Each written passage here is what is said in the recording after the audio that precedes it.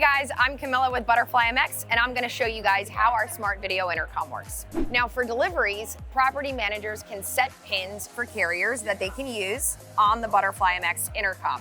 Residents also have the ability to issue one-time pins for inconsistent carriers that expire after initial use. Now let's say you have a dog walker or a housekeeper or a nanny. Residents can issue visitor passes that come with a QR code. Upon arrival, the guest can tap the visitor pass button and easily align the QR code with the built-in camera. I'll show you how a guest gets into the building. They can easily tap the directory button, find the name of the resident that they're going to visit, and give them a call, at which point the resident will get a push notification from the ButterflyMX mobile app. They can easily hit tap to unlock door, and that's when the intercom is taking a time and date stamped photograph. Now, as a resident at your own building, you have several options for entry.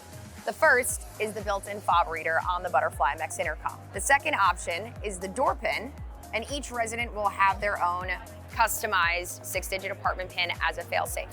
The third option would be Siri-enabled voice commands, and the fourth, the ButterflyMX mobile app, the swipe to open feature. And that's it. It's as simple as that.